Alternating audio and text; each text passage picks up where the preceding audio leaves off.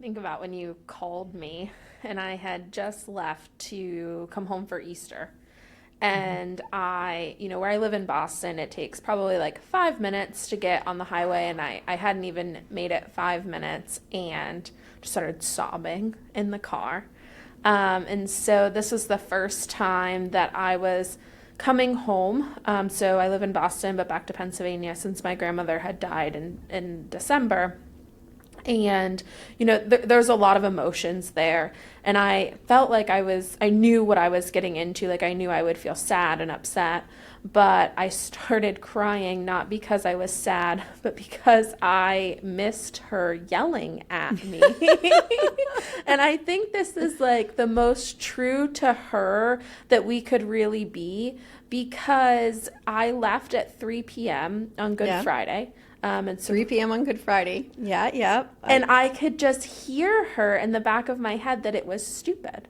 And it was one of those things where, like, I kind of knew it was dumb. Like, I kind of knew that, like, 3 p.m. on Good Friday to drive home for Easter probably was not the time to do it.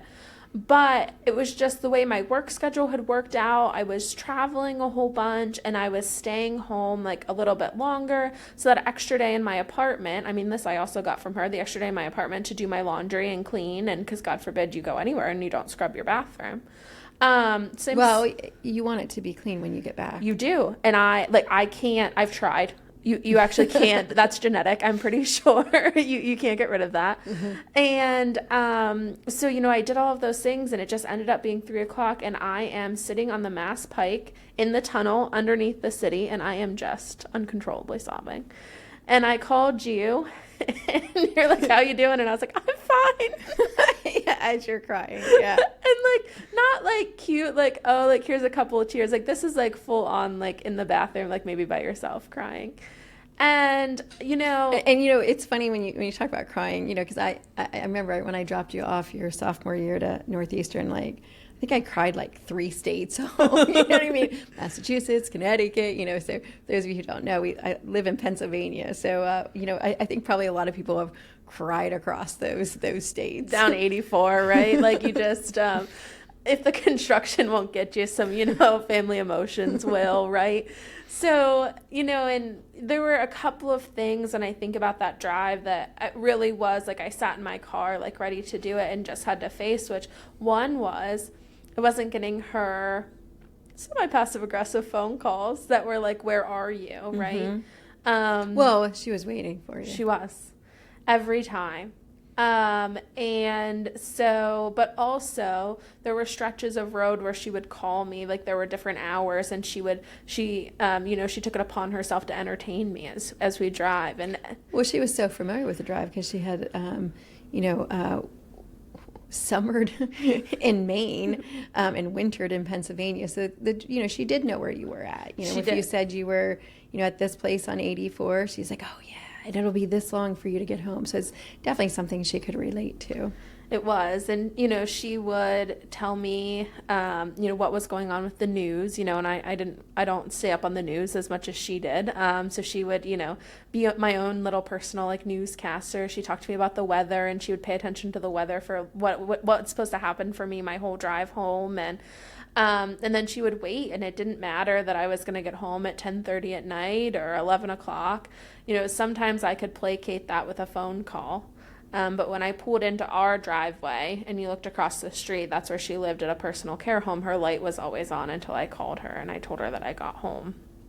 And whether I went home or whether I went to go see her that night at 10:30 at night, because she was a night person. Like, Yeah, she definitely would have been up. Yeah. would have been, like, if I got tired, like at the end of that drive, I could have called her. She was waiting up, and she would talk to me until I got home, to make sure that I was okay and that I wasn't tired. But if I didn't go that night, if I wasn't over there by 8 o'clock the next morning, and she was not a morning person, but I better be over there with my coffee at 8 a.m. ready to talk to her. And so I knew that would be hard.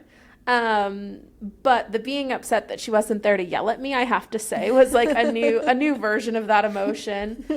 And so, and I think about, my name's Cortney, and I'm really here with my mom, Julie, to talk about caring for my nan who passed away.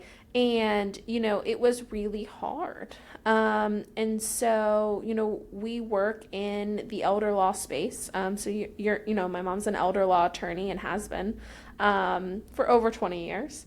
And, we knew what we were doing, and it was still really hard. And so, we're going to talk today about firsts. And so we had a lot of them all at one time. So the first time I drove home, the first major holiday, because even though she passed before Christmas, I don't really consider that because she was still so much a part of that holiday. So she started preparing for Christmas on the Friday after Thanksgiving. She was ready to go. And so, we both have had birthdays, we had Mother's Day. So we're going to talk about that a little bit and why it's hard, and that some people have good intentions, but they say stupid shit. They do. And they're trying to be nice and they're trying to help. But sometimes there's nothing that somebody can say. It's just really freaking hard. It is. And I think, this podcast is, called Hey Woman, because that's what we called my mom. Hey woman, how are you? But our hope for you is, maybe somebody has said something stupid to you, it's okay to laugh about it. It's okay. And if you're supporting somebody, maybe you won't say something stupid. Just think twice before you send the text. Would this make me upset? If the answer is yes, delete it and try something else. Yeah. It's so important that we know how to support people and how to be supportive. But the firsts are really, really hard. And part of this is walking through grief. And so Mom did pass away in December, and grief really sucks. It does. Like you're talking about, you're driving home and it kind of just sneaks up on you in odd sort of ways. And not that you didn't know that the first time coming home would be hard, but maybe not for what reason. But the reality of it is that you have to walk through grief and feel that pain, or you don't get through it. And so you have to hit these things head on in some ways. And you talked about driving home, and for me, Easter wasn't Easter. It just didn't feel quite the same. I felt like I was going through the motions. Like, you know what to do. You go to church, you get dressed, brunch. You toss a couple eggs in the field, Yeah, absolutely. Make the ham, her drunken ham, which we cannot possibly give the recipe on here. She would die. Well, honestly, I'm sure something would happen to us. I'm sure. But she had this very famous ham that she made, and I make that ham. And, this year it was interesting. I didn't even realize I was doing it. I just said to my husband, I'm not making ham this year. I didn't think it was necessary because we were going to my sister-in-law. So just a busy year this year, and the way things worked out, I thought, well, we don't really need a ham. And now I wonder, when I look back, was that just that I didn't want to face, doing the ham, we did need the ham. Luckily, my husband kind of put his foot down, and he doesn't often. So when he does, I'm like, oh, shit, he wants a ham. Well, and not just a ham. We had a 15-pound ham. We did. We went from no ham to a very large ham. Well, that may have been about the fact that I didn't think about it until, it was kind of too late. So we didn't have a lot of options. But I think even in that, when I look back, I wasn't really kind of consciously doing it, but it was just like, we don't need to do that this year. I don't know what I thought we were going to eat, because we were having brunch with my sister-in-law, and there was still dinner, and so that was hard. It was hard, and then doing the drunken ham was probably kind of what I needed, because I needed to do that and go through that. And so I think that's important for people to know how they're dealing with it. I think too with Easter is, I maybe naively thought it wouldn't be as hard because I don't associate her as much with Easter. So like Christmas was a big deal to Nan. And Right. I spent a lot of time with Christmas with Nan, like getting ready and different things like that. And so we go up to my Aunt Kim's, my dad's sister, for brunch. And usually we would just go home. And I would But go. Aunt Kim would have invited her. Yes, absolutely. And sometimes, as she got older, she declined to come just for mobility reasons. And I think it was nice too. She would, have a little bit more of a quiet morning, and then we would go see her. And it wasn't, it was just so much a part of my routine. Like I remember standing, at my aunt's and thinking about like we were getting ready to leave, and it was like, gosh, like what am I going to go do? Like I would have went to go see her. We would have watched a movie, or I would have shown her my Easter basket, or, something like that. You're like, what do you do with that time? Because you would have rushed back to go do that. I took a nap. Wow. I think that's a good choice. Honestly. Honestly, the Celtics were on. I watched the Celtics game, and then I took a nap with the dog, and I think that's okay. And I think, going into the first, the advice that I would give to people is you should have a plan. And you and I didn't leave Easter separately, which I think is important. We would have Right. left together to go see Nan. And my sister may have come with us. Now, my dad's family likes to play cards, and sometimes they do that. But, you and I left at the same time. And it's not that we did the same thing when we got home, but, not doing something by yourself, and finding somebody to spend that day with or fill that time. And you can think that, oh, this holiday wasn't as big of a deal to them, or, it's okay. Like I'm prepared. When you're looking at the clock and it's time to go to what you would have done, something that's been so routine, it's important to have a plan for how you're going to fill the time. Yeah, and I think you're so right about that, Court. And I think too, we didn't kind of do it consciously, but we kind of checked in with each other, like, what are you doing?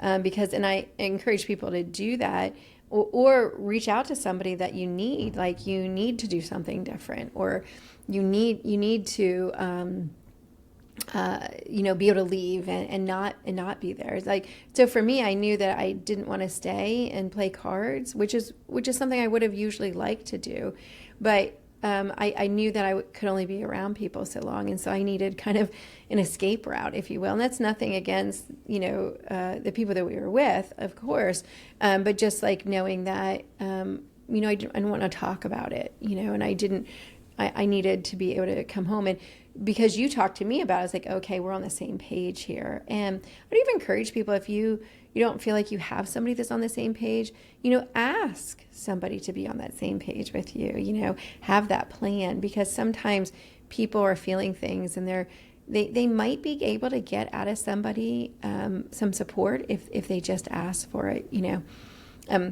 I've been married to Cortney's dad for over 30 years, and I learned really early in my marriage that if I wanted something, I had to ask for it.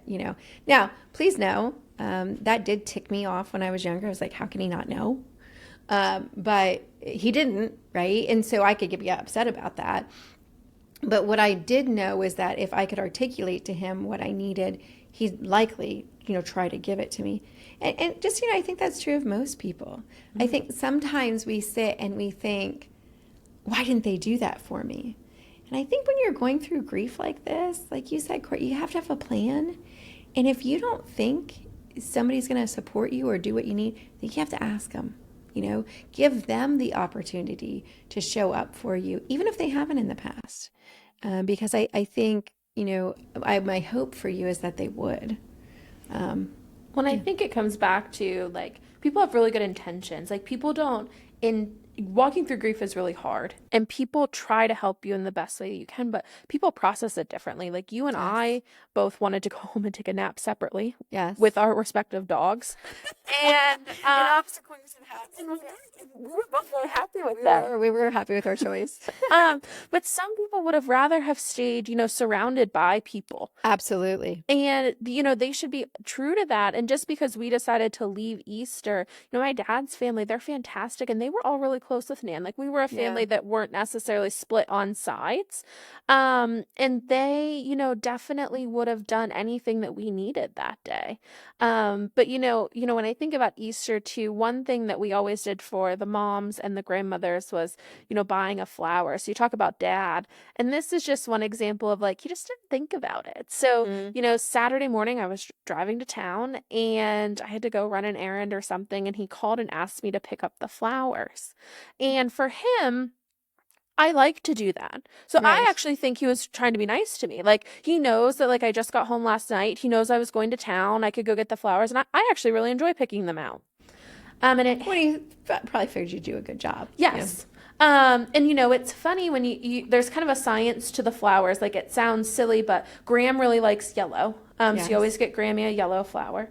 Nan always liked blues, so you always did like a blue flower, and we tried to get like a hanging basket or something so she could put it outside, so when she walked out of her door at the personal care home that she lived at, she could see it, and she, that, And smell it. and smell it. Mm-hmm. And so her flower was usually bigger, and it was always something just a little bit different each year. Like, we tried to find like something, a potted plant or something inside. You did a good job this year. I really liked Thank mine. you. Yes. Thank you. So, I go into Wegmans and I picked up Graham's yellow flower, and then they had these neat potted plants that I picked up for you. And I'm sitting there with 2 flowers in my arms, and I, again, just started crying. And so, like, God only knows what these poor people thought in Wegmans. Like, the flower girl's, like, looking at me like, what is wrong with her? It was really hard just to buy 2 flowers. And it wasn't something that Dad thought about. Like, he Right. wasn't trying to be mean. He actually thought he was doing something nice. And so I went and I was like, well, I could buy a 3rd flower, right? Like, I could have bought Right. Nan's flower. And I just didn't. And to be honest with you, I don't even know why I didn't. But it was Right. just like too many things. And I was like, so I just got my flowers and I cried and I brought them Yeah. home. And I looked at Dad and I said, that was really hard. And he said, oh my God, I didn't even think about it. But I think the thing is that he then, for Mother's Day, so Mother's Day, is the next holiday a couple weeks later, he went and bought Graham's flower by himself. And I think he did that so that my sister didn't have to buy 2 flowers and not 3. So again, Right. another holiday where we would have bought the flowers. And so it's kind of an example of, asking for something or just looking at him. I wasn't upset at him. Right. No. But But he needed to know. that it was really hard to do, and that Mm-hmm. next year that could be the same thing, because so even though it's not the first time I'm doing it, it's still something to be conscious of. And so next year, God knows he won't remember, but but Poor man. like, I'll at least, like, I mean, he remembered a month later, so I feel like we're doing pretty good. But I'll be able to say to him, like, remember last year that was really hard, and he'll just come with me. And I think it's about asking for what you want, but sometimes you don't know. You don't know what's Yeah. going to be hard. Like, I was just going to buy flowers. Yeah. And sometimes I think you don't even think things are going to be hard. Right. For me, that was my birthday. Like, so, obviously, like, so my birthday was between Easter and Mother's Day. And, my mom always liked birthdays, it was always really important. Even when she was really, really sick, I would sit and make out the cards to the kids. And, again, a thing that you could be irritated about, or you could be like, okay. But like, she was at the point where sometimes she couldn't go get the cards. So it was not okay just to go get a card and bring it. I had to get 3 cards so she could actually choose the card that we were going to give to the grandchild. And so, but when my birthday, came around, I know like your dad was probably because of the flower incident. Right. He a little more aware of what was going on. Yeah. So, he's trying to be helpful. Like, what do I want for my birthday? Like, what do I want to do? And, I really do. I mean, God love him. I think when we think back of like, he's trying to be helpful. He doesn't really know what to do or how to be helpful. But so, asking like, what do I want? And I know he was really frustrated, but it was just like, I don't know. And you know what? I didn't want to think about it. Like, Right. You know what I mean? Because like, it was, so close after Easter. It's like, I didn't want to think about it. And so, my birthday was like on a Wednesday or Thursday. And, I know it was like Saturday, Sunday, and Donald's like, he's like saying, what do you want to do? I don't know. Like, and he's like, well, and why don't you? And I really don't. And I just said to him, I don't care. And sometimes when you say that to somebody that you love, they can think you're being flippant or like upset about something. And I really wasn't. I just really didn't care. And so, so then finally, like the day before, I was like, you know what? I really want to go out. I want my brother to be there. That was, and please know that wasn't anything against our nuclear family, but it's just Buddy and I. Right. And that was the easiest way to have I'm going to start crying. That was the easiest way for me to have a piece of mom there. And I didn't put that together until the night before. And because your dad was like, it's tomorrow. What are we going to do? It's like, I own a calendar. Thank you. For God's sakes, woman, what are we going to do? And so, I just said to him, I need Buddy there, and so that was to me, that was the piece of mom, and thankfully, God love Buddy. I think I called him at 10:30 at night. His sister's family owns a restaurant, so we'll go to that restaurant. Well, his wife's family, or his sister? No, funny. Well, I'm crying. Give me a break. His wife's family owns a restaurant, so and I do feel bad. Donald texted, it's 10:30 at night. Hey, can we come? And it's a busy restaurant, so getting a reservation isn't always easy. And then, called Buddy, and the next morning on the way to work, I called him, and he works very early in the morning. So when I'm going to work in the morning, he's, probably driving someplace. And that's a time that him and I talk a lot. Mm-hmm. And so I called him, and again, I think, when we're talking about this stuff, there is hopefully a lesson in it. I said to Buddy, I kind of need you to be there. And he was busy. And he called me back and said, I can be there. He said, I can't be there at 6, but I can be there at 6:30. So we moved the whole thing to 6:30. And that was just a flexibility, So then I was saying to you guys, okay, we're going to meet Uncle Buddy at 6:30 because that's when he can be there. And it ended up being a really, really nice evening, and it was what I needed to get through that day. That for me was hard, and I knew it, and I was just avoiding it. So I don't know if you're a spouse of somebody. I'm not sure what the advice is. I guess you keep asking, but just know that your loved one may not know what they need and may not be able to articulate it, and I guess you just be supportive in whatever way. And God love your dad. Once I said it, he was full speed ahead. Well, and I think the lesson there is to be flexible. I think the moving it from 6 to 6:30, or calling Uncle Buddy and getting a reservation. I think Dad and I also think maybe moving forward and having a plan. Dad and I had talked almost a week before, and I had thought that maybe you would want to go to Trisha's restaurant and to be with Uncle Buddy. Mm-hmm. And, maybe we should have just done it because you could have always canceled it. Right. And so maybe it is making a plan and being flexible, and we could have changed it. I think it's interesting listening to you talk about your birthday. Mine was so different. So mine was a week later. And I think I had some of the benefit of, it was my brother's graduation weekend, so it was DJ's graduation weekend. So we were all in North Carolina. So I was already kind of out of my element and knew that my birthday would be different anyway. Right. And so Nan was almost always the first person that always called in the morning. And so, when my phone didn't ring, that was hard. But I was already kind of first thing in the morning. No, she would have waited. Wait, I have to correct you there. She would have waited till exactly 8:00. Oh, yes. It was 8:01. She would call you and she probably was sitting there with her phone in her hand for 45 minutes waiting until 8:00 to call you. Well, she called me before 8:00, but you probably. No, because I would have needed to sleep in until 8, but she would have thought that sleeping in later than 8 was unnecessary. So 8:01 would be, so right. Just because she would usually wake me up, that is, first thing. Because,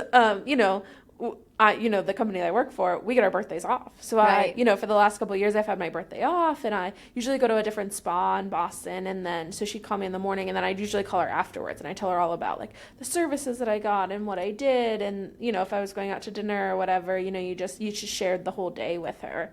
And I think for me, Nan did birthday presents a little bit different for me. Growing up, we usually would go shopping and we would go get something. And it was more about the experience of buying something than it was about whatever tangible thing she got me. I remember one year when I was in college, she took me into Burberry and bought me my first Burberry scarf. She made me keep the bag and the little like thing that it comes in. She's like, that's what you store in it. I was like, okay.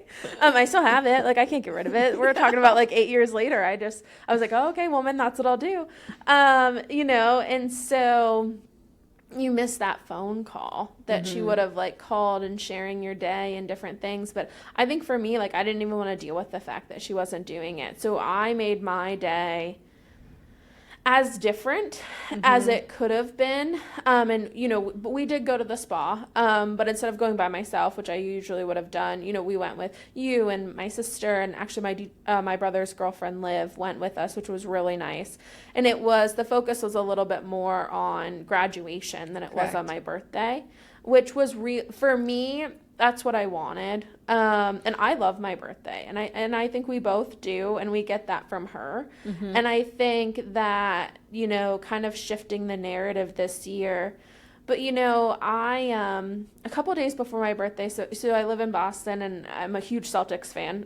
So I actually have some tickets through the year. And 2 days before my birthday, they were playing Game 5 of the first round.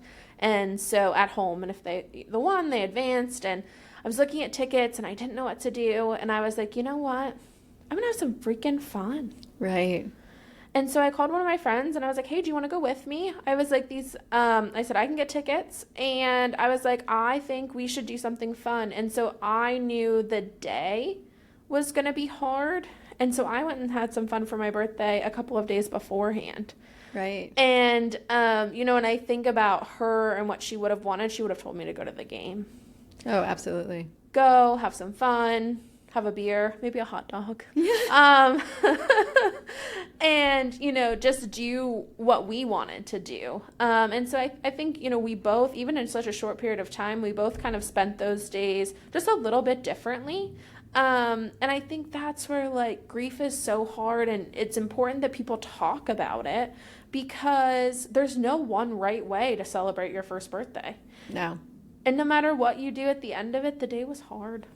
It was. Well, even today when we were sitting here, it was a little bit of a hard day. It was my stepfather, her husband's birthday today, So, like, I think that there's all these, firsts, like, DJ's graduation in and of itself. Like, there was moments of that I was just like, ridiculous. I was just like, okay, I'm going to cry because she's not here, and I just need a minute. Like, there's nothing you can do. But so much of it was so great. But, knowing that, she so much valued education, and it was the first graduation she wasn't at, because, she fought so hard. She fought her way back after a surgery that they said she only had about 50% chance to live through, to watch DJ graduate. And my niece, Lexi, graduated from high school. And I remember talking to her about it, and she was going into the surgery, and, she just looked at me and said, I will be at that graduation. I was like, okay, then we won't have this conversation. But, yeah, so for anybody who's listening, just understanding how hard those firsts can be. And, maybe, like Courtney's talking about, have a plan, do something different. And I think for us, a lot of it was different. Or articulate to people what you need. If you need to bounce out of it, not engage in what's happened, or if you need to, like, have people around you. Because for everybody that's listening, it's going to be a little different. But that's true even, we're talking about grief after somebody's passed. But really, the grief process for me started a long time ago, grieving what she had already lost, what was taken from her by her disease. And so there was, parts of her that were still her, for sure. Well, definitely. But there was parts of her that really weren't. And I think it's important that we do a good job in supporting ourselves, in other people. And one of the things, I think, and I really wanted to be able to share on this, is actually something that I learned from Debbie Phillips through Women on Fire, which was a great organization, is still a great organization. But I remember, when you have somebody who gets a diagnosis, whatever that diagnosis is, maybe a cancer diagnosis, those types of things, or was going through something really hard. One of the things that I learned through her or people within that group was, just to text and say, you don't need to respond, but I'm sending you love, or I'm sending whatever you want to send them, or, I'm here and I'm there for you. And I have to say that, sometimes I will do that. I've kind of made that part of who I am, and I'll often reach out to people who are going through tough times and say, hey, you don't have to respond, but here's my wish for you. And I have to say, like, that really resonated with me, because so many times when Mom was sick, or as I'm going through this grief process, people ask me how I am. Don't ask me a question. Like, don't text me, how am I? Because now I have to respond to you. Right. And I may not want to. And like, I remember when Mom fell and broke her hip, and people are like, how's she doing? Well, do I need to tell you, like, she's not doing well. Right. She was admitted to the hospital and she's having hip surgery. We don't know how it's going to go. Yeah. Like, she's not doing well. You know what I mean? Like, so don't ask me that, but I appreciate, and I know, please know, I know it comes from the right place. People are worried and they're trying to express. But I think one of the things we should be thinking about is, like, don't ask questions, just give your support. And don't make it one more task. Like, I know when Mom would be in the hospital, I can remember leaving, although some of it was because she'd say, you have to call this person and this person and this person. It's like, oh my God, I've been here all day and now you want me to talk to more people? So some of it she definitely wanted to do, but, I'd look at my phone and it would, like, blow up. And please know, I really, really appreciated everybody's concern. But then to have to sit down and respond to all those texts was hard. And to me, it was just like one more job. right. And so if somebody said, hey, you don't need to respond, but I'm here for you, I actually probably responded to that text first because I didn't have to. But so, I think that through all of this, part of my message is you have to let people know what it is you need. But I also think we all can be a little smarter about how we support other people through caregiving and the grief process. Like, how are we there for people? And I know that, one of the other things I learned that I kind of carry with me is being very conscious of having people repeat their stories, like what's going on. All right, well, let me tell you this very traumatic story 10 times because you're the 10th person I've told it to. That's actually not really good for you. It's right, to relive it and go through it over and over again. Yeah, so, so I encourage people not to ask what's going on or how's it going. Now, please know, my brother had every right in the world to ask me that question. Right. You kids, the grandkids, had every right in the world to ask that question because you want to know what's going on with your grandmother. But I would say to you, beyond that, like a larger scope, really think about, you're really just trying to support that person. Do you need to know what's going on? You just need the person to know that you're there for them and that you support them is really what you want. And so I urge people to really kind of think about that because I think we all could do a better job in supporting each other. And I think, when you talk about Debbie Phillips, one thing that her husband, Rob Berkeley, taught me years ago that always, I feel like, finds its way into different things is nobody can tell you how to feel. Yes. And I think that's really what we're talking about today is that people can control their actions, but you have a right to how you feel about what that action did. And you have a right to that feeling. And I also feel like sometimes, especially in grief, people are like, well, I'm supposed to do this or the process is supposed to look like that. That's crap. Yeah. It really is. There's no right way to do this, and you have a right to whatever happens in the world, however that makes you feel. Like we talk about, breaking down in the Wegmans. Like, I had a right to do that. Right. And so I wasn't harming anybody else. I wasn't, and there was no harm to me. And so, but, it's honestly better for me to get that out, to express those emotions and to really feel better. And so, I urge people to, sometimes there's a power in naming the emotion. Like, what do you feel? Putting a name on it makes it feel a lot less scary, but also just to feel it and to walk through it and to know that it's okay to tell people that, what they did made you feel a certain way. Also, I mean, I think, over the last little bit, you've really heard from my mom and I, we're not really social people. And so my dad is going to deal with this very differently. He's not going to go sit by himself. And that doesn't make what he's doing right versus what we're doing. It's just, we're just different people and we feel things in different ways. I'm much more apt to just sit on the couch with the dog and, watch a movie or something like that. And that's how I feel those feelings. And I think that's important to kind of self-identify in yourself, or when you're talking to other people, you don't owe them anything. Right. And so, the grandkids, I think, is such a good example. Lots of times you would just put us all in a group chat because you were telling us all the same thing. Exactly. And so technology makes that a lot easier. I mean, I know group chats are not revolutionary. It is 2025. but it is, sometimes there's just simple things of copying and pasting a text. Well, there was times where I felt an obligation to communicate with everybody. And there's times that I would have really good intentions to talk to everybody, and I'd get through half of you, and then something would happen in my life and it would sideswipe it, and then I'd be like, oh my goodness, I didn't let that other person know. So yeah, there were times that that was a way that, and then everybody could make their own choice about how to respond to that information. Right. And I think that is important. I think the other thing, Court, I love the fact that you brought up nobody can make you, tell you how to feel. But I totally agree with that. And I think that's really important. I also think really being open to being curious why you feel that way. Oh, I think that's a good point. Yeah. So why is it that, that thing upset you, or why are you feeling that way? And that was what was able to get me to, I just need Buddy there. Why am I feeling that way?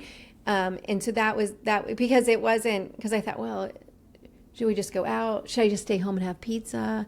I think if I had made the decision to stay home and have pizza, I would have been really upset the whole time. But for me, it was okay, why am I feeling this way? And I know this seems obvious, but it's that she wasn't here.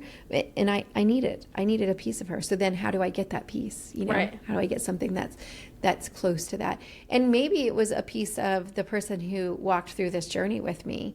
And certainly my husband, you kids, the grandkids, but Buddy was the other person that was there. And, we laugh a lot about, mom and the ups and downs of mom, but, he's definitely somebody I could call, and, we could honestly talk about the frustrations that we had in our caregiver journey, but then we could turn it around to, okay, so how do we help her? Right. No. Oh my gosh, she's irritating me, but how do we help her? And so he very much approached it in kind of the same manner that I did. Well, I think that goes back to, you have a right to feel how you feel. People sometimes think about caregiving that they have to be saints and that everything is great and they're always happy to do it. Sometimes it's really freaking hard. It is. And sometimes they're frustrating even if they're lovely. And so, we talked a lot today about firsts and about the emotions and different things like that. But, a lot of what we talk about is having a good plan. And so, you have a plan for your emotions. Sometimes you also need a plan for caregiving, or you need a legal plan, or you need somebody to help you advocate.